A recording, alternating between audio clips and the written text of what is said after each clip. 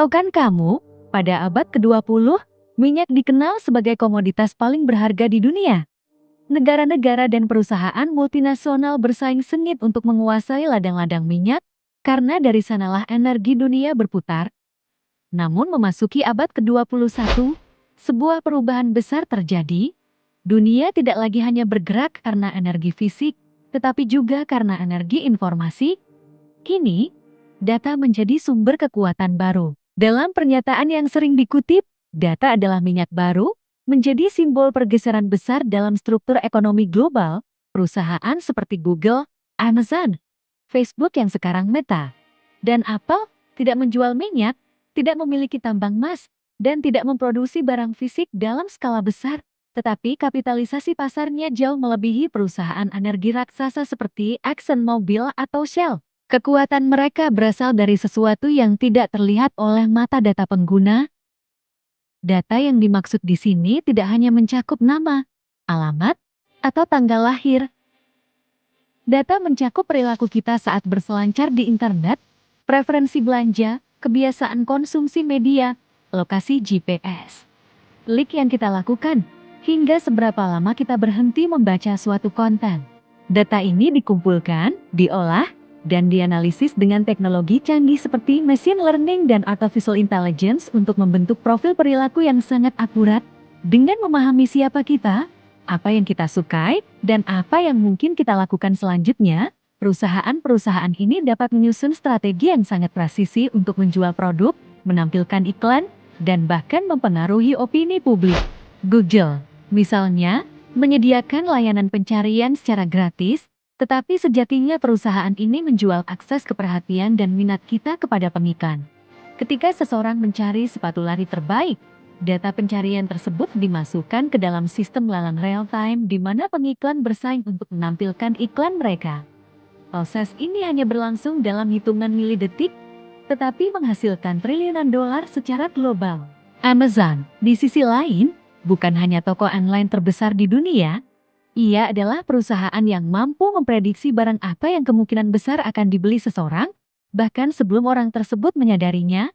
Sistem rekomendasi Amazon mengandalkan kumpulan data raksasa yang mencakup riwayat pembelian, pencarian, waktu kunjungan, dan banyak lagi. Facebook atau sekarang Meta, lebih jauh lagi.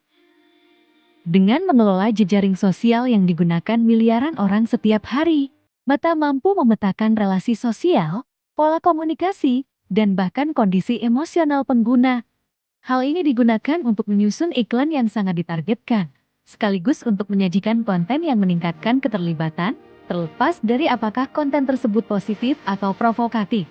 Dominasi data ini menciptakan ekosistem ekonomi yang sepenuhnya baru, yang disebut sebagai ekonomi berbasis perhatian atau attention economy. Dalam ekonomi ini, perhatian pengguna adalah mata uang utama. Setiap detik yang dihabiskan di sebuah aplikasi bernilai. Setiap klik adalah sinyal. Perusahaan digital tidak hanya berkompetisi dalam menjual produk, tetapi juga dalam memenangkan waktu dan fokus pengguna. Oleh karena itu, platform dirancang untuk adiktif, algoritma diprogram agar pengguna terus menggulir, terus menonton, terus berinteraksi. Ini bukan kebetulan, melainkan hasil dari riset intensif dan eksperimen skala besar terhadap miliaran data yang dikumpulkan setiap harinya. Yang membuat data lebih berharga dari minyak bukan hanya karena skalanya yang besar, tetapi juga karena data bisa digunakan berulang kali, dan semakin lama, semakin akurat. Tidak seperti minyak yang akan habis setelah dibakar, data justru memperkaya sistem yang menggunakannya. Setiap input baru meningkatkan kemampuan sistem untuk memahami dan memprediksi perilaku. Hal ini menciptakan lingkaran umpan balik atau feedback loop yang sangat kuat. Semakin banyak data dikumpulkan, semakin kuat algoritma menjadi, semakin akurat prediksi, semakin tinggi keterlibatan, dan semakin banyak data yang dihasilkan. Namun, dominasi data ini bukan tanpa kontroversi. Isu privasi menjadi salah satu tantangan terbesar di era digital. Skandal besar seperti Cambridge Analytica pada 2018 menunjukkan bagaimana data pengguna Facebook digunakan untuk mempengaruhi opini politik secara masif. Di sisi lain, banyak pengguna tidak menyadari bahwa aktivitas mereka sehari-hari sedang dimonetisasi secara sistematis. Persetujuan penggunaan data sering kali terselip dalam halaman terms and conditions yang panjang dan sulit dipahami. Dalam banyak kasus, pengguna sebenarnya tidak benar-benar menyetujui, melainkan menyerah karena tidak ada alternatif. Negara-negara mulai menyadari pentingnya regulasi terhadap penggunaan data. Uni Eropa menjadi pelopor dengan menerapkan General Data Protection Regulation yang memberikan hak kepada individu untuk mengetahui, mengakses, memperbaiki, dan menghapus data pribadi mereka. Beberapa negara seperti Amerika Serikat, Tiongkok, dan Indonesia mulai merancang undang-undang serupa, meskipun tantangannya besar karena perusahaan teknologi memiliki kekuatan finansial dan politik yang sangat besar. Di sisi lain, banyak negara justru menjadikan data sebagai alat kendali politik. Di Tiongkok, misalnya, sistem pengawasan digital digunakan untuk membentuk perilaku warga melalui sistem kredit sosial yang menilai dan menghukum individu berdasarkan perilaku online dan offline mereka. Di dunia bisnis, perusahaan yang menguasai data juga menguasai pasar. Model bisnis berbasis data memungkinkan efisiensi yang sangat tinggi, personalisasi layanan yang mendalam, dan pengambilan keputusan yang nyaris otomatis. Perusahaan kecil yang tidak memiliki akses ke data atau tidak mampu memprosesnya akan tertinggal jauh. Ini menyebabkan meningkatnya kesenjangan antara perusahaan besar berbasis teknologi dan bisnis tradisional. Data menjadi modal utama, bahkan melebihi aset fisik. Pasar saham, valuasi perusahaan seperti Meta, Google, atau Amazon tidak berasal dari berapa banyak properti yang mereka miliki, tetapi dari seberapa banyak data dan pengguna yang mereka kontrol. Transformasi ini juga mengubah tenaga kerja. Banyak pekerjaan manual dan repetitif digantikan oleh algoritma. Bahkan pekerjaan kreatif mulai terancam oleh artificial intelligence generatif yang bisa menulis, menggambar, atau membuat musik. Namun, peluang baru juga muncul.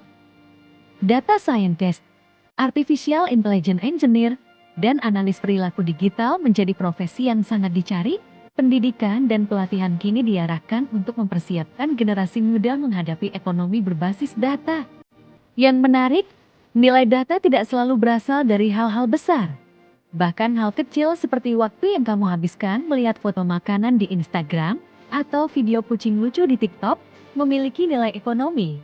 Platform akan menggunakan informasi itu untuk menyesuaikan iklan yang kamu lihat atau bahkan mempengaruhi konten apa yang kamu anggap menyenangkan.